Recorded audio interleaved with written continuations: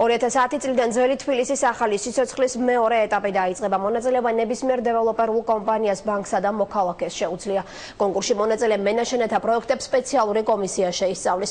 პროგრამის მიხედვით ძველი სახლების მესაკუთრეებს ამორტიზირებული შენობების სანაცვლოდ ახალ სახლებს აუშენებენ. პირველი ეტაპის დასაფინანსებლად ქალაქის მთავრობამ ბიუჯეტიდან 51 მილიონი ლარი გამოყო. შედეგად მომდევნო 2 წლის განმავლობაში 202 ოჯახი საცხოვრებლად 320-მდე ახალ და კომფორტულ სახლში გადავა. ახალი სახლებით დაკმაყოფილდება სხვა 1917 ოჯახიც, რომლებსაც შეჩერებულ მშენებლობებში თანხა ჰქონდათ უკვე შეტანილი.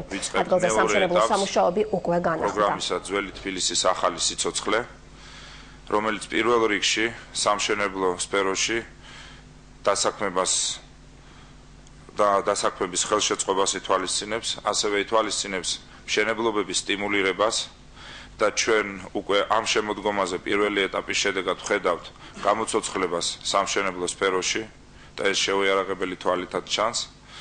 თუმცა თავისთავად ცხადია, ჩვენი ამოცანა ეს პოზიტიური დინამიკა შევინარჩუნოთ, ამიტომ 2010 წლის თებერვლის ბოლომდე იქნება ყველა მშენებელს ექნება შესაძლებლობა საბუთები მოაგროვოს და ელაპარაკოს იგივე პრინციპით ძველი თბილისის ავარიულ გაუსაძლის მდგომარეობაში მყოფ მოსახლეობას და მათი თანხმობის შემთხვევაში შემოიტანონ წინადადებები, ჩვენ ამ წინადადებებს განვიხილავთ და იგივენაირი წესით დამატებით დაფინანსება მიეცემათ ყველა იმ კომპანიას, რომელიც ემსახურება შეჩერებული მშენებლობების განახლებას, იქ მყოფი ხალხის დასაქმებას და რა თქმა უნდა გაუსაძლის ძველ სახლებში, რთულ საცხოვრებელ პირობებში მყოფი ხალხის საცხოვრებელი პირობების გაუმჯობესებას.